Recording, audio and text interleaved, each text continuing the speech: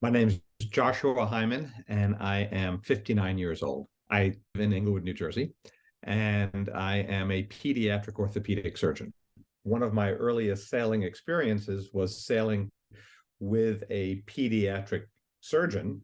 Um, I'd say that's perhaps more coincidental than guiding, but I'd say it may be a little bit of both. It may have certainly made me aware of the profession. I started sailing in summer camp, and what I liked about it was a very early success that I had. There was a camp regatta.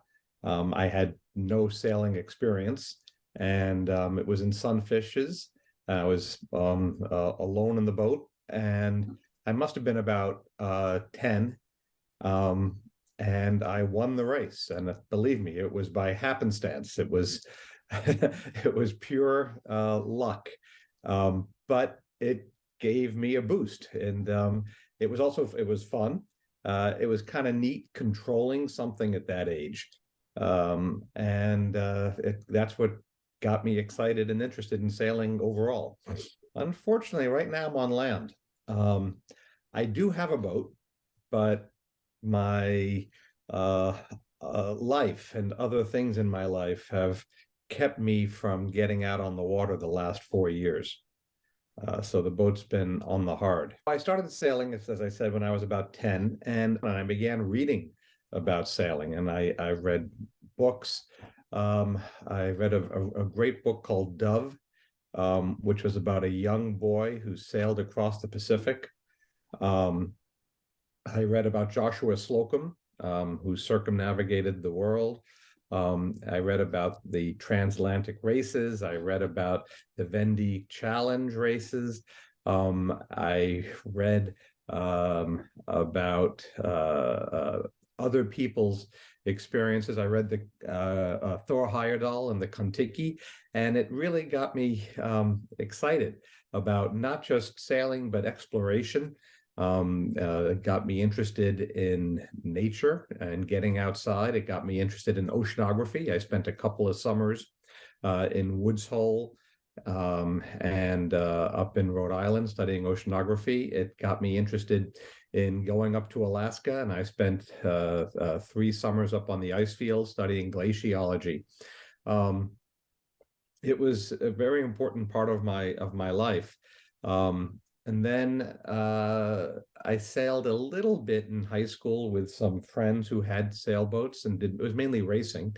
And then when I was in medical school, my first year of medical school, I got connected with a doctor who had a sailboat and needed crew for his races, and I started racing with him. And through him, I met coincidentally, another doctor who also had a boat, and I sailed with him for most of the 4 years that I was in medical school, crewing on his boat as well as delivering his boat from places up and down the East Coast.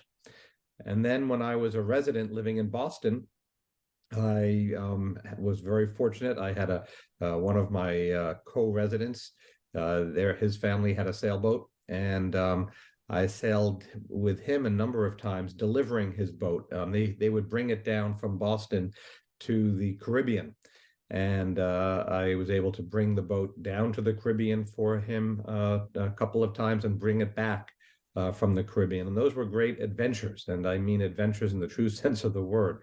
We were as prepared as we possibly could be, but nonetheless, storms would arise, and it got quite exciting. But those were great experiences. And then when I moved back to New York, um, I wanted a boat, and I bought a little 25-foot Cape Dory, which at the time was about 20 years old. Now it's almost 40 years old. And that's what I've been sailing on the Hudson. I started sailing in a Sunfish, and then I sailed for a few years in a Thistle, which is another small one design boat.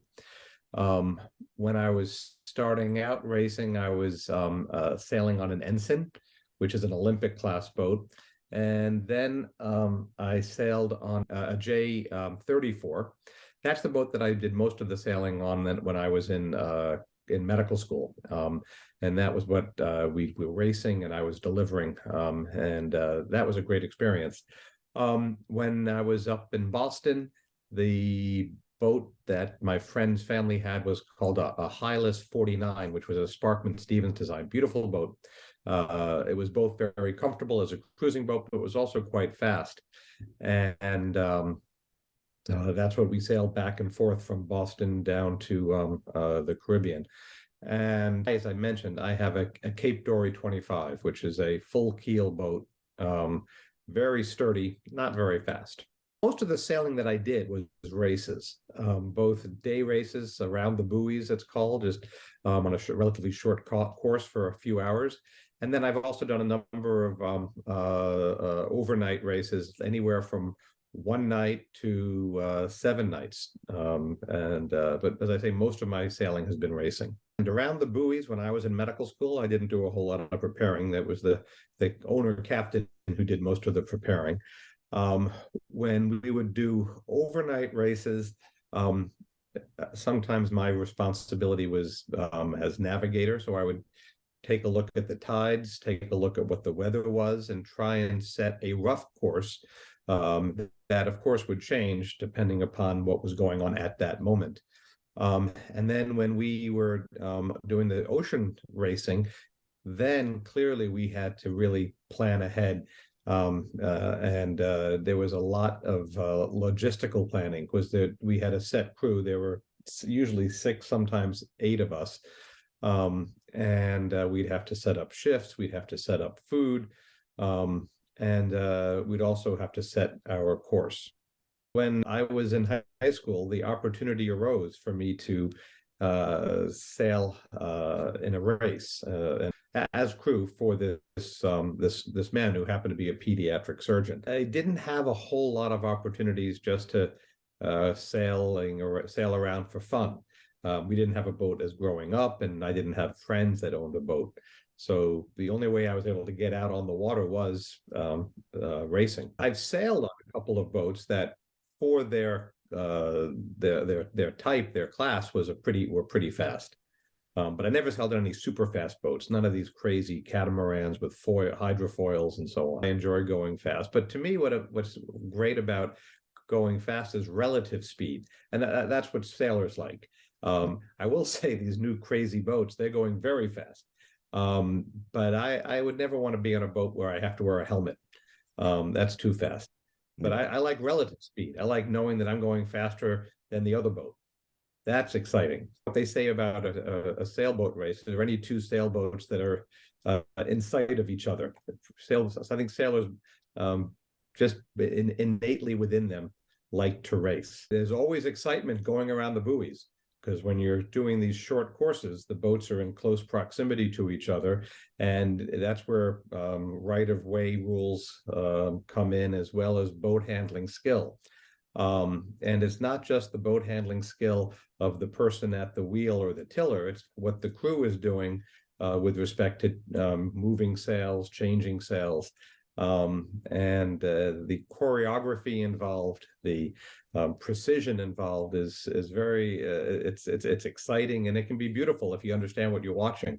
I've been in a couple of long distance races where for hours you don't see anybody, and as you're getting closer and closer to the turn, to the mark, suddenly other boats start appearing, and you realize that although you took this direction, they took that direction, and you haven't seen each other for a while, nonetheless, you're going at about the same speed, and you wind up at very close at the mark. And that's been, yeah, I miss it. In fact, as I say, I've had this boat now for about 20 years, and we used it a lot more when we first got it, and the kids enjoyed it.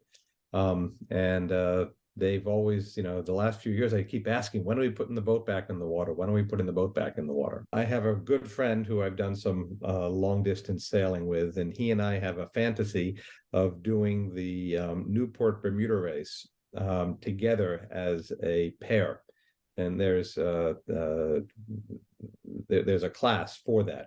But we need to find the time and now we need to find the boat. Sailing is about also, it's about efficiency. And you want to not only go fast, but you want to go fast towards where you want to get to. And sometimes that means going slower, but more directly.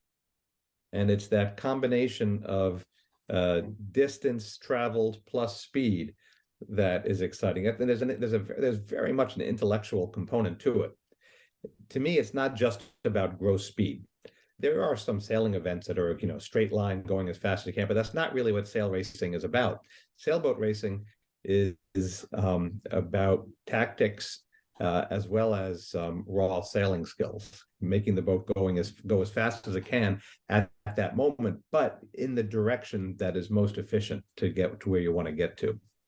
So it's a combination of skill and intellect. That's what keeps it exciting. The short races are nice because they're short. They don't take up a great deal of time. But the long races, the overnight races, those are more exciting to me. They're draining, grueling. You don't sleep much. When you do sleep, you're pretty uncomfortable. But I like that whole aspect to it. I don't like sailing downwind. Yeah, I don't like sailing downwind because it can be really hot, right? You're going with the wind. There's no breeze generally. It's kind of boring for the crew. It may be interesting, exciting for the person driving the boat, but generally there's not a whole lot going on for the crew. So I guess I prefer pointing. I like sailing upwind. Get the sense of speed. You may go faster downwind, but you get a sense of speed. And there are always little adjustments that need to be made to keep you pointing as high as you can, going as fast as you can.